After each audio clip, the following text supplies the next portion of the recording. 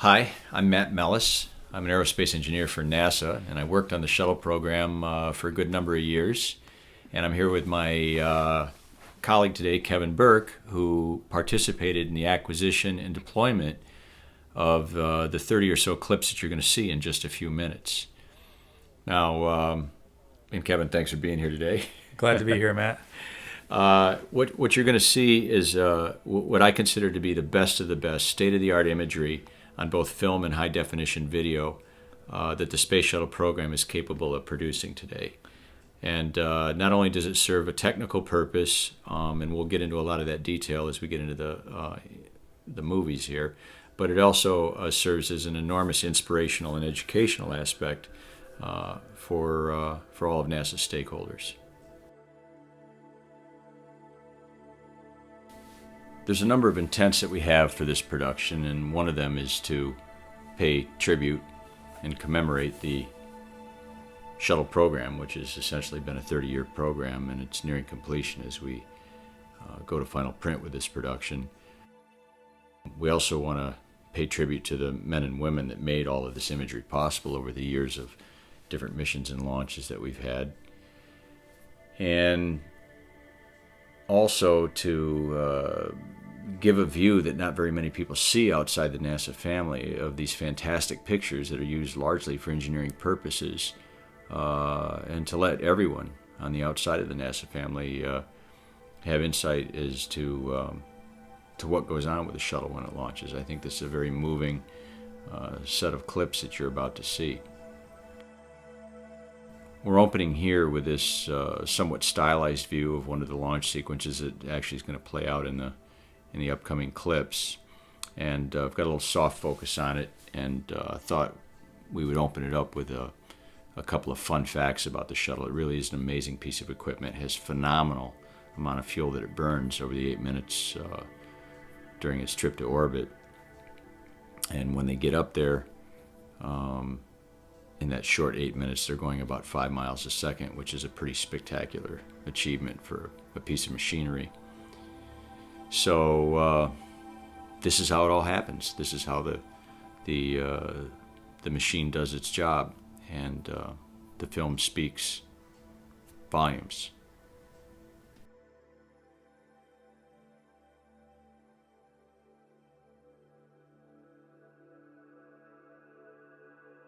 This is camera view E19. We commonly refer to this as Echo 19. And it's a 16 millimeter camera with a 10 millimeter field of view for the lens, the focal length of the lens. And it's running at 400 frames a second. So the effective shutter speed is really 1/1200th of a second. Yeah, it's pretty amazing. I mean, this is all a slow motion event.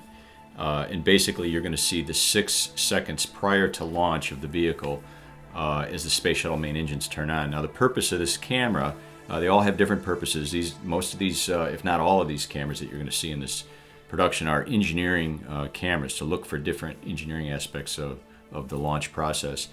And so the purpose of this one is to check to make sure ignition is going off okay, which is what you're seeing here. Main engine start is just happening, and you can see the engines are starting one at a time. This particular camera looks at engines number 1 and 3, right? Is that what this is? Yep. And so you can see them, they're starting to fire up. Those sparkers that you see are there to make sure that any unburned hydrogen gets ignited before it floats around and collects in some place where it can ignite later and cause problems. Again, you're seeing the engines sort of turn on here. And so we're roughly coming into about 5 seconds before liftoff. The computers are checking and validating that everything's A-OK. And there's a little bit of a pitch over that the whole vehicle does as a consequence of these engines thrusting off the center of gravity. And when the whole vehicle snaps back and is straight up in the air, the engines or the boosters ignite and the whole thing takes off. Great photography here. I mean, you can see all this flow phenomenon going on inside the engines. Now, the Space Shuttle main engines are burning hydrogen and oxygen, and I'll talk about some of the fun facts about that later on in some of the other clips that you're going to see. But here you can see the engines have stabilized, and everything is A-OK. And in just a few moments, you'll see the boosters fire off. Did we talk about the time code? I can't remember. So No, we haven't talked about the time code. The time code that you'll see, the LED display on the right-hand side, is actually positioned between the two sprockets on on the 16 millimeter frame. And the time code is UTC time code. It's an IRIG-B format.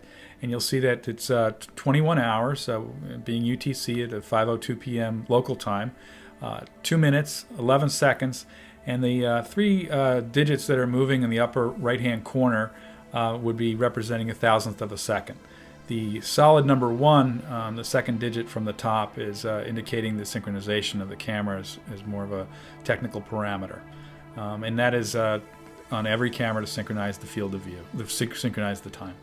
This is pretty cool. You can see some of the oxygen, that cloud of vapor there was from the oxygen fuel umbilical.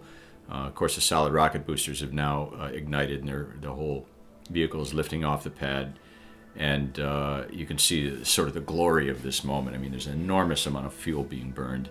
One little thing that I love is if you look at the sky in the background, and this was a very clear day.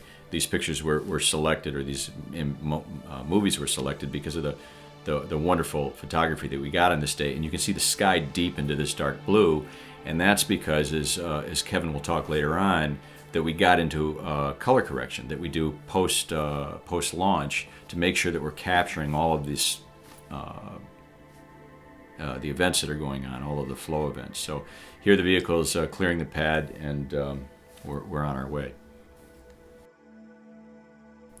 This view that you're seeing here is camera E8 or Echo 8, and it's a 16 millimeter camera with a 10 millimeter lens. Yeah, you can see the boosters now coming off the pad, and one of the amazing things that a lot of folks don't know about the shuttle is bolted to the mobile launch platform is it's basically through 4 bolts on each solid rocket booster.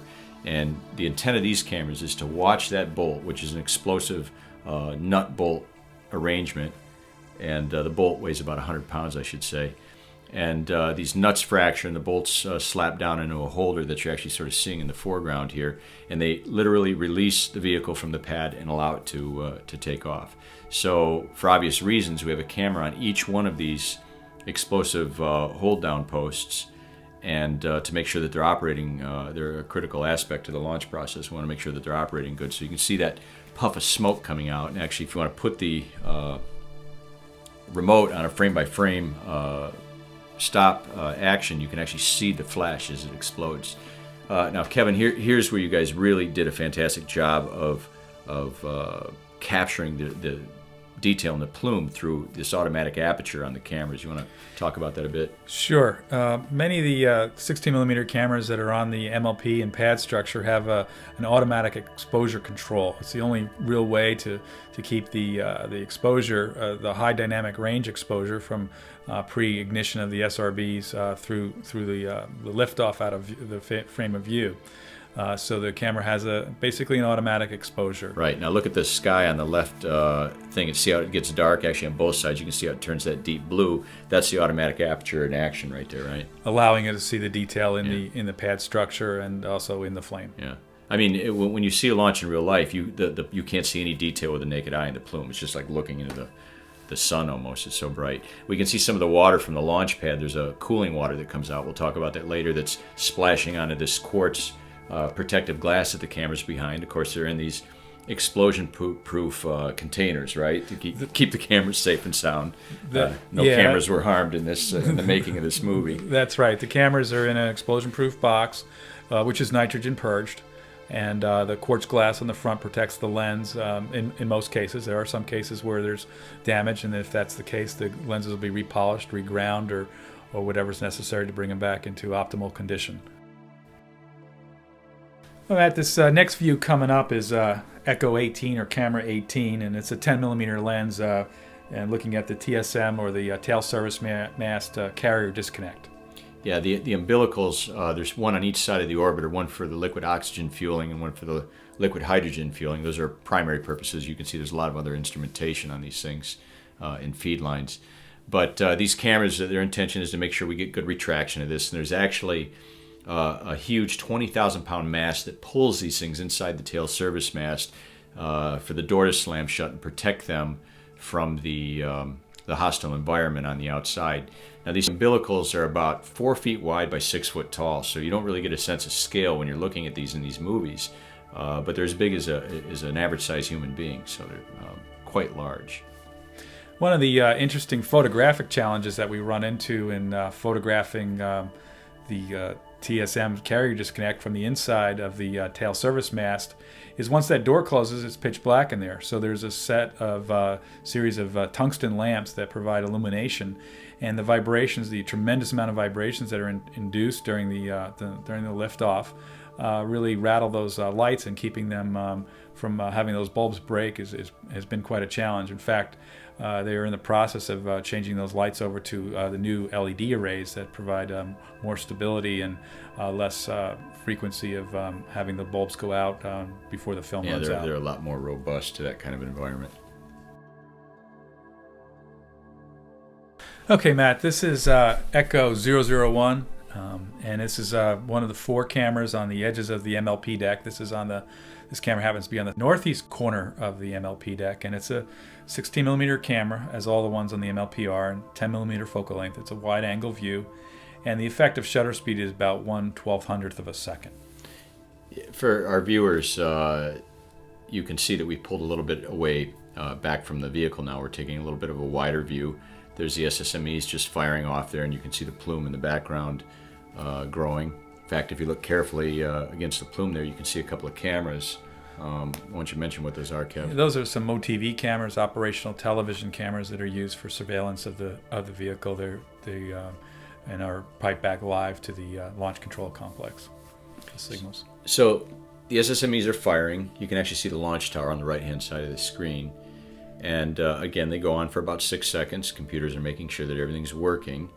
And at T-0, those boosters are going to fire, and you'll see a big puff of smoke come out of the flame trench there, and it'll get sucked back down in as the boosters come off the pad.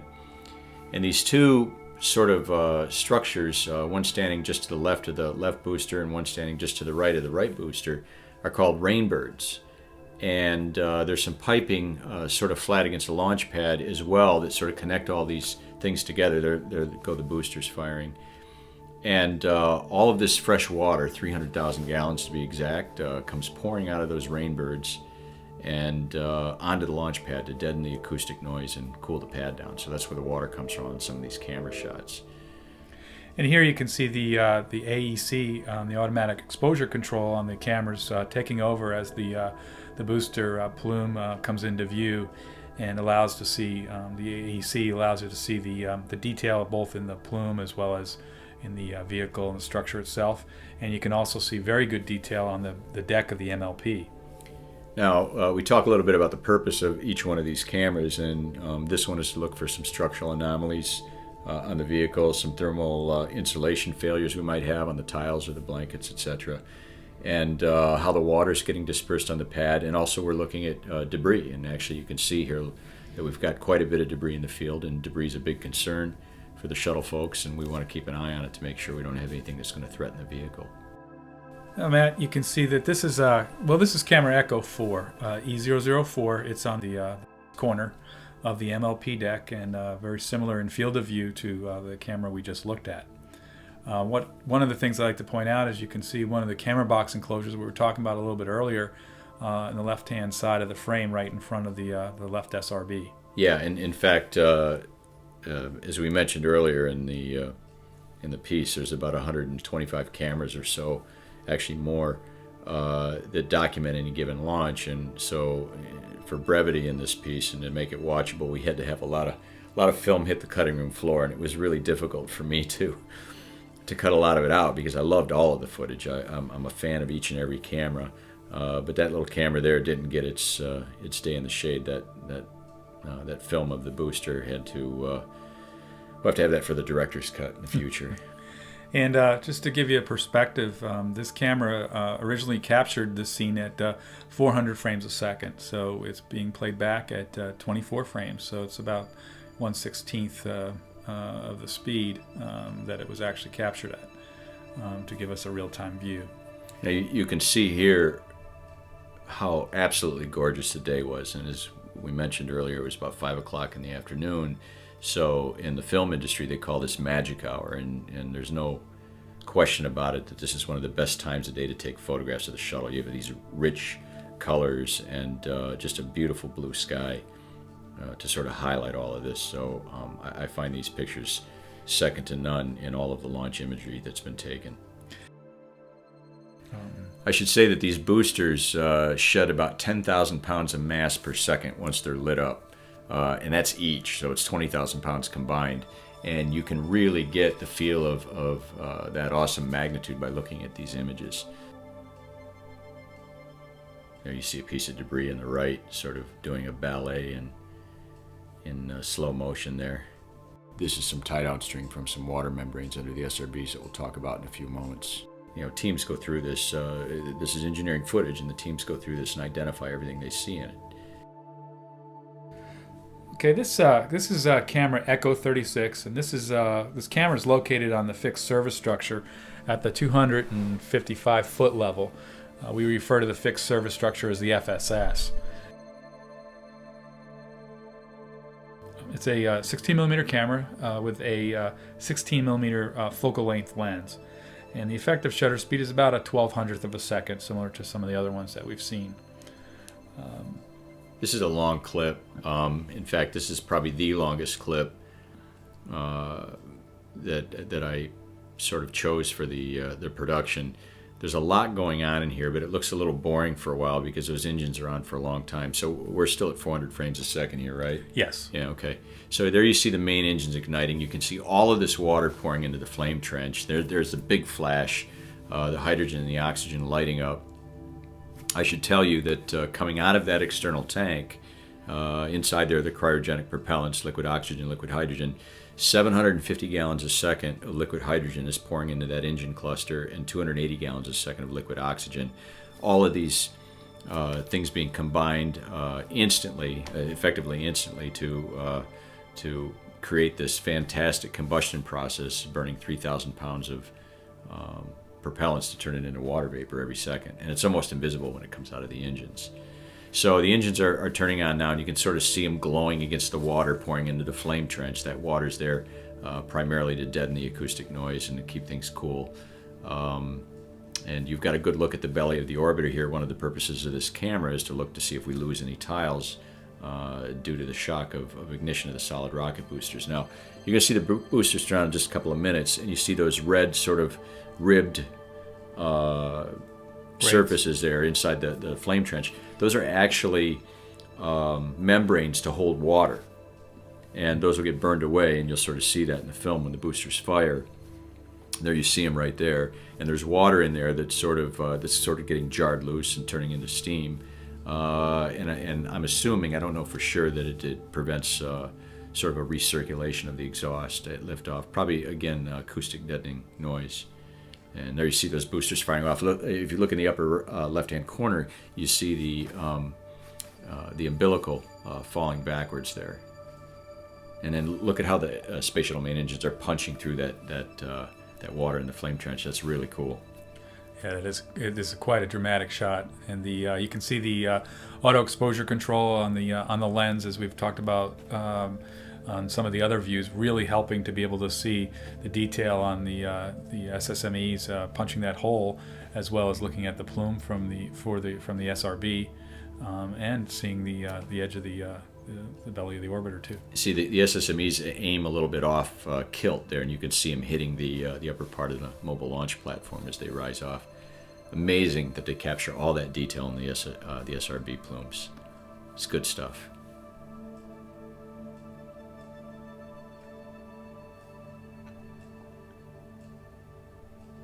It's a fantastic clip. It really is.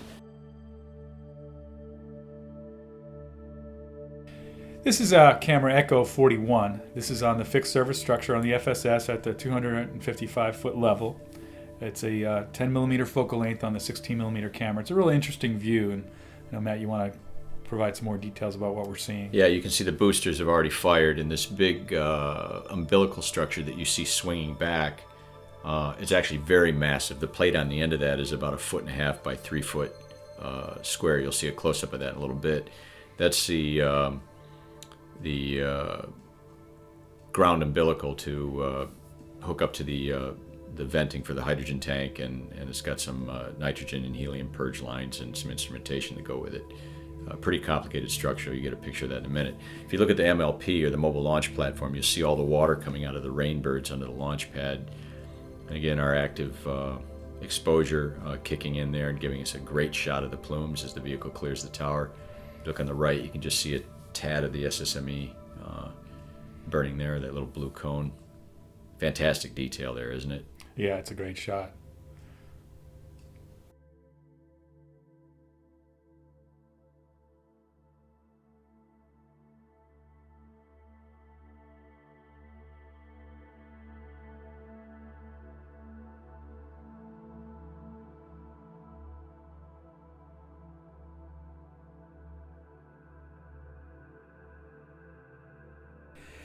Echo 40 is one of my favorite shots, Matt, and this is on the fixed service structure on the FSS at the 275-foot level, just a bit higher than the two previous views we saw. And this is really an incredible view of not only the orbiter, but the beautiful ocean, the late spring day in Florida, and very nice lighting on the tank, and as well as you'll see on the orbiter surfaces.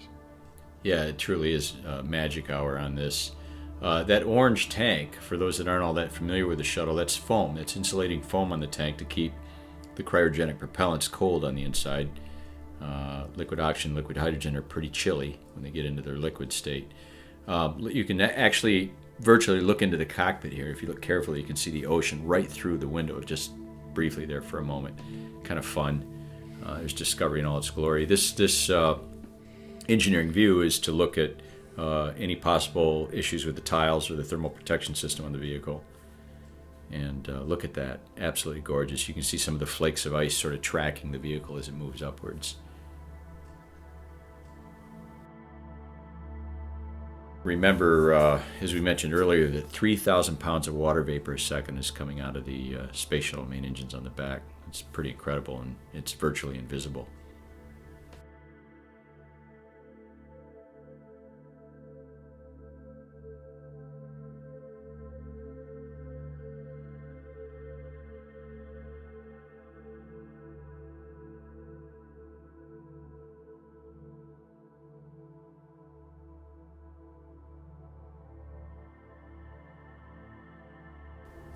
All right, this view is of a structure we call the GUP, which is the ground umbilical carrier plate, which attaches to the ground umbilical carrier assembly, sometimes called the GUCA.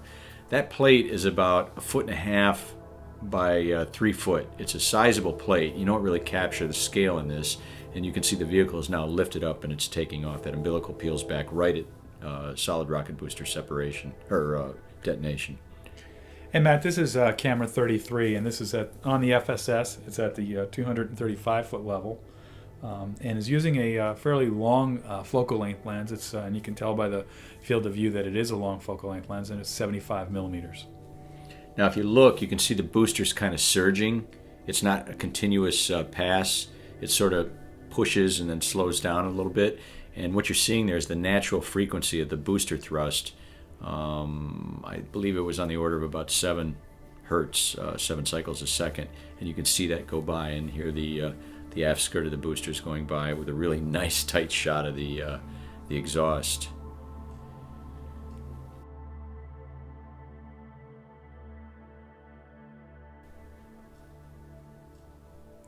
This camera view is on the pad perimeter. It's located at camera site 3. It's about 1,273 feet away from the vehicle, and it's the first in a series of the 35 millimeter cameras, which we'll be seeing in the upcoming sequences. There's a lens on here. The focal length is 500 millimeters or so, and the effective exposure is a 1/450th of a second, and the camera's running at 180 frames per second.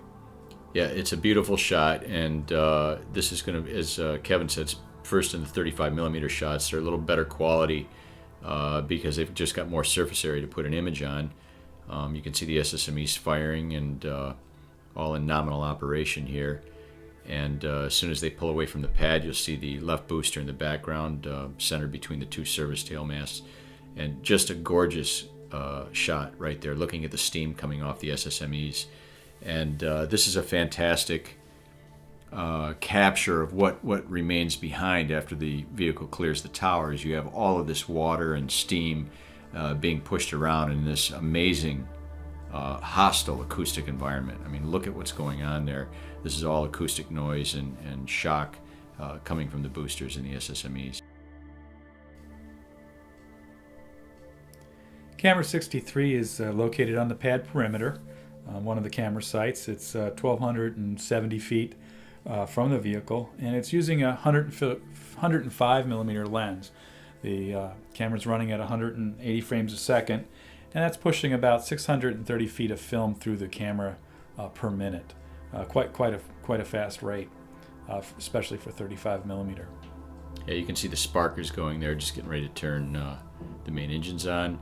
And in the background, you'll see the water tower. That's where all that fresh water comes from to flood the pad, to keep it chilled and deaden a lot of that acoustic noise that we've already seen what it looks like in the plume. Absolutely gorgeous day, really accentuated by this shot. Blue sky in the background. Goes great with the white exhaust plume coming out there. And you can see a lot of splashing and stuff jetting out from all different directions at the bottom. You'll see more of that in the shots that are coming up. This shot is going to be the first of a bunch of different views as we march counterclockwise around the pad to look at it from different angles. And there you can see the boosters have fired, and you see it all coming out the other side of the flame trench. And beautiful shot of it coming off the pad.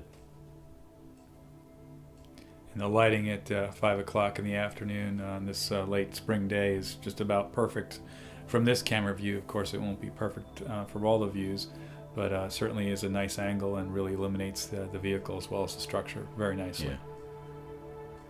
Yeah, I like when the vehicle leaves.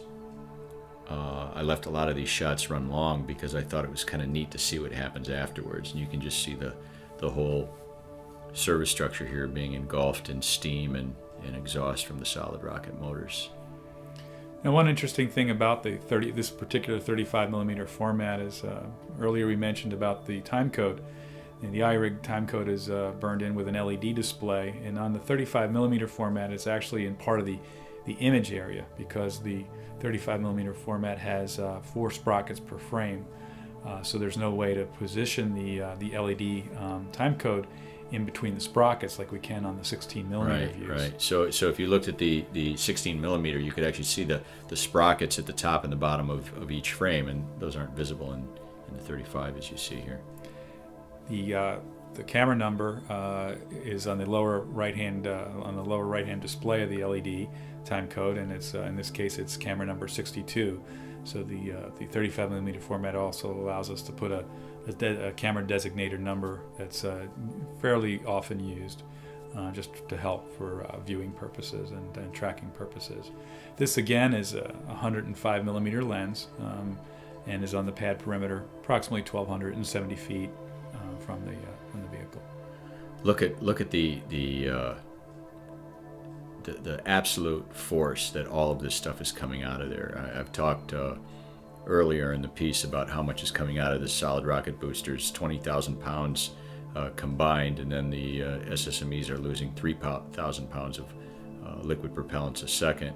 And that really shows up here when you're looking underneath the launch platform. You can see that all of that stuff doesn't have anywhere to go, which is why it's vectored out on both sides, so it can be sort of safely directed away from the vehicle, so there's no rebounding or sort of backflow, so to speak. And one thing we haven't had a chance to talk about earlier is how the cameras are triggered. Currently, the camera's all triggered using the POX, or the photo optical control system, which triggers all the cameras on the pad perimeter, on the fixed service structure, as well as the MLP. And it's quite a sophisticated system to synchronize and trigger all the cameras based on the launch clock. Yeah, it's undoubtedly a very complex system to have all these cameras operate flawlessly for each launch. They're very important, if not critical, for shuttle launches, and it's an amazing achievement that all the men and women who work on this are able to do it with such a degree of reliability every launch. Another shot here is, as I said, moving around counterclockwise. You see the SSMEs, or the boosters are just firing, excuse me. And there you see the gup falling back, as we talked about earlier, the umbilical assembly.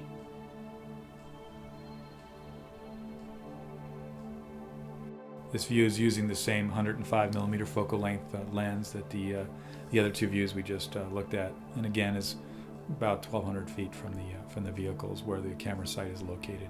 You know, this was a really unusual day, because you just mentioned earlier that, you know, from all views is the lighting going to be as good, but this is about as good as it gets. I mean, each and every one of these camera views is well exposed, both from an engineering and a beauty standpoint. They're all very, very nice shots.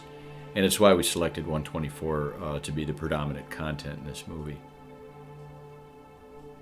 There's the water tower, by the way, in the foreground. It's just about to get engulfed with the exhaust.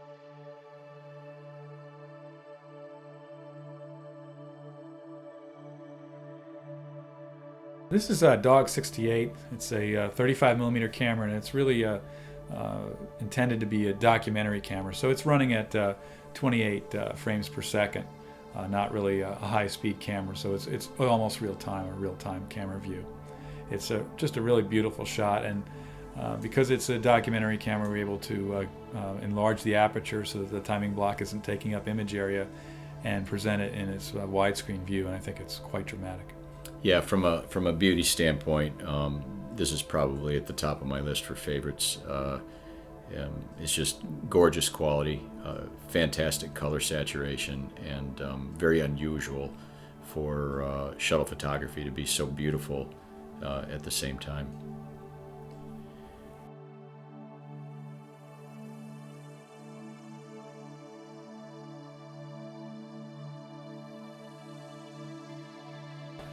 So Echo 55 begins our series of tracking cameras.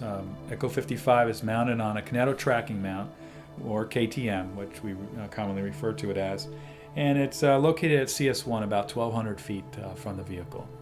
This is a nice shot because you can see there's a bit of a distortion cloud here that we're shooting through, and what that is hydrogen being burned off from the fueling system. They burn off any excess hydrogen to safely combust it, and so that's what we're seeing here, and it's really gorgeous as the vehicle sort of comes out of that and goes into its roll program, clearing the tower. Again, just a fantastically well-lit photograph on this day. Some of the white things that you see falling off there are paper covers, which protect some of the order maneuvering system engines. We'll talk about those later.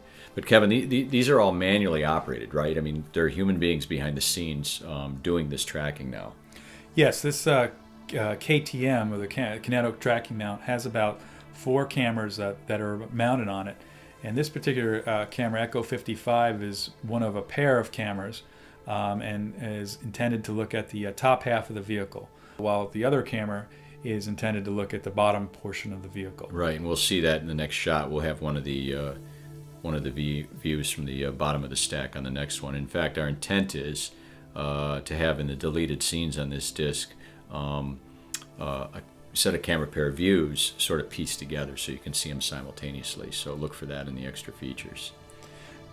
This is fantastic. Now they're completely done with their roll program and sort of on their way.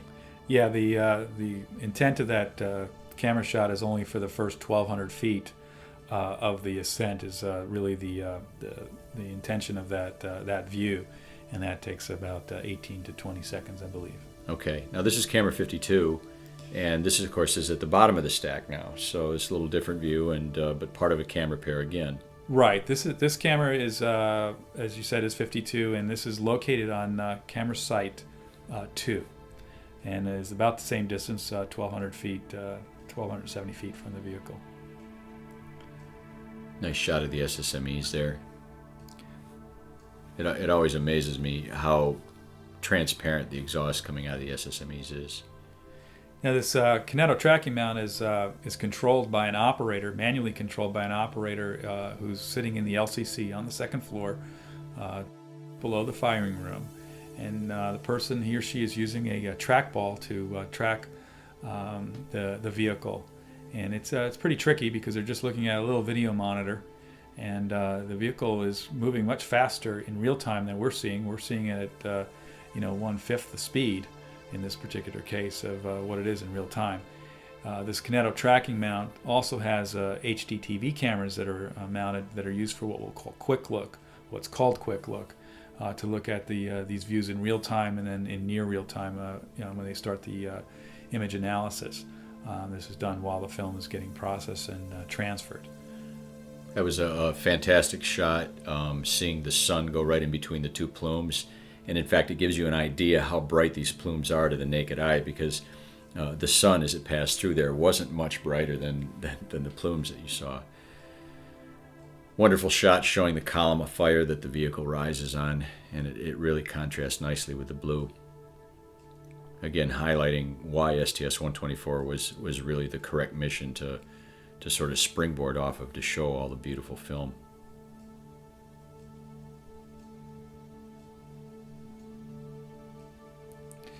This is camera 57. This is at CS6, again 1,200 feet from the pad or so, and we're looking at the bottom half of the vehicle.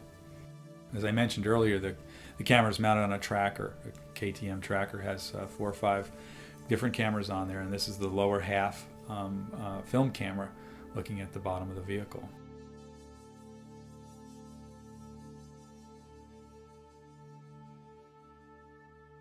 And you can see the paper covers come off the RCS engines. Those are Tyvek covers, just same kind of material that you put on your house when building it. And those covers are there in case they get a squall or a little storm while the shuttle's out on the pad. Not uncommon in Florida, and we can't afford to have water inside those engines, so we put those paper covers on there, and they have these little parafoils that inflate, sort of tear the cover off. They're just adhered with an adhesive of some kind. So you'll see a lot of that white paper coming off during these launch shots. Beautiful shot looking up the tail end of the stack.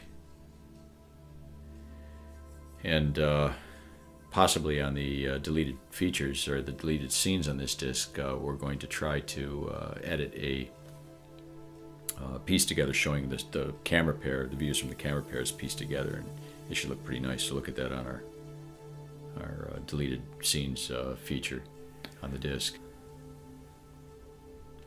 This is Echo 225. As you can see, it's already in flight. It's a really interesting view. It's a medium range tracking camera.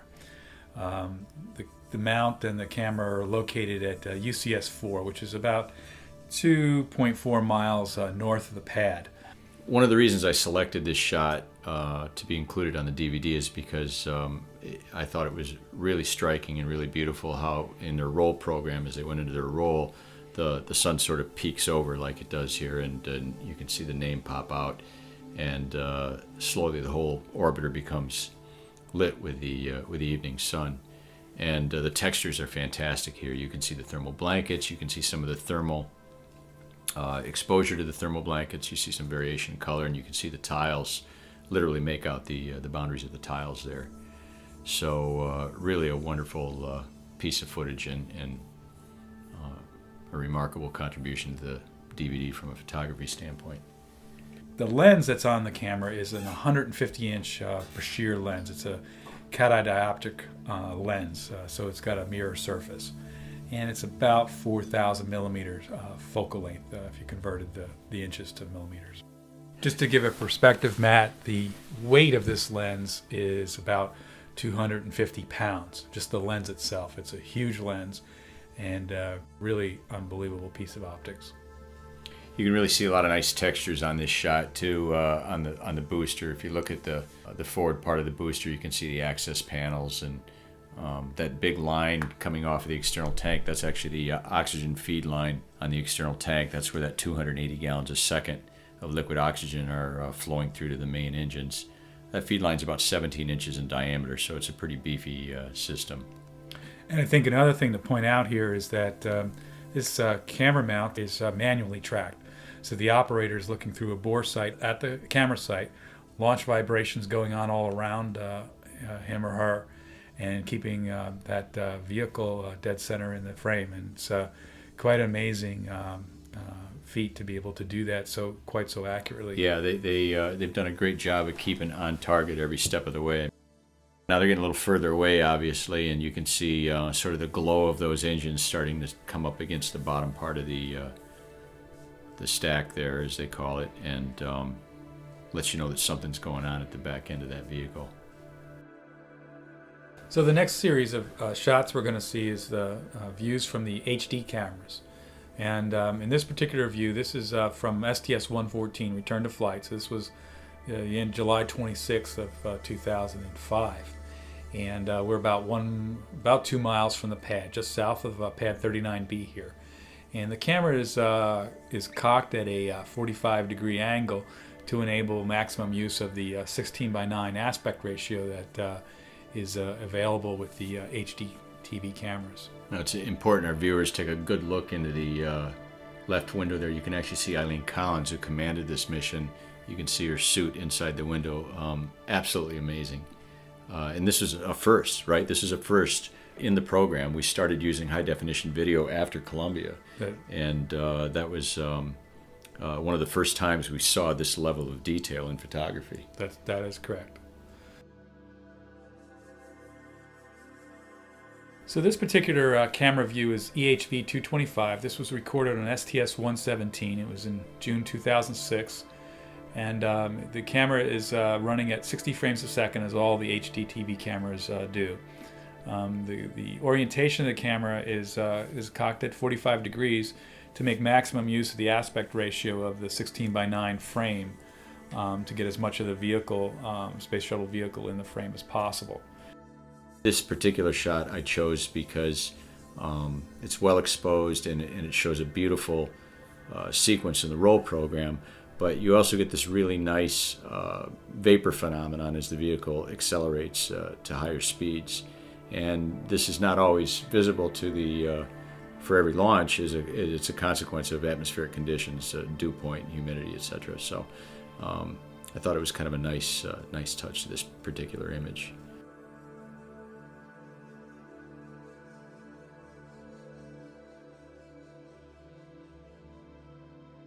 This is the only long-range camera that made the final cut, and Kevin will give you the details about that in a moment, but I want you to look at the bottom of the tank there. As you saw, it just sort of became engulfed in flames. And you should know that this is a normal phenomenon in a shuttle launch. What's effectively occurring here is the exhaust gases coming out of the SRBs and the SSMEs are sort of expanding into the higher vacuum as they head into space. And the radiant heat from the expanded plumes becomes high enough to ignite some volatile gases that are caught up in this aerodynamic dead zone, so to speak, at the rear of the tank for a couple of moments during flight. But this is an amazing shot, Kevin, because it's from so far away, so why don't you explain what we're looking at here? Yeah, Matt, the camera here is located at a place called Apollo Beach. It's within Cape Canaveral National Seashore, and the camera mount is about 20 miles north of the pad, so it's quite a distance away. This is a Brashear 150-inch lens, again about 4,000 millimeters. So quite a distance, and the tracker, as we mentioned earlier, is manually operated. So it's an operator looking through a scope and using a trackball to keep the vehicle in the field of view. It's also difficult for the operator, because of the distance, to see the vehicle at launch to sight the pad. Yeah, it's just a tiny point of light, right?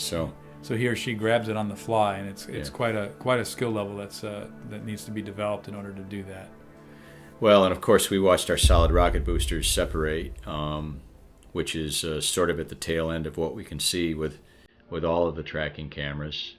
And there you see our boosters coming off, and they separated about 29 miles in altitude, about 2 minutes into flight, and they are recovered by divers out in the Atlantic Ocean.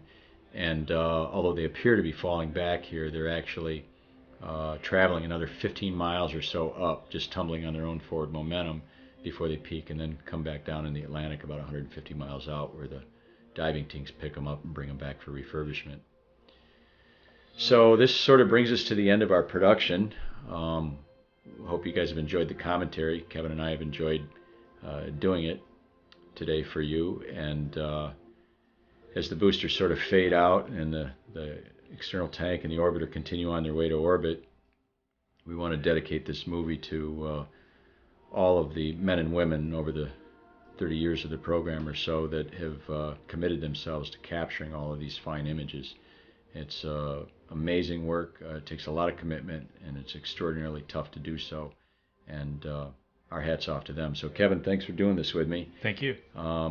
It's been a wonderful endeavor, and hopefully we'll see each other again on the next space program.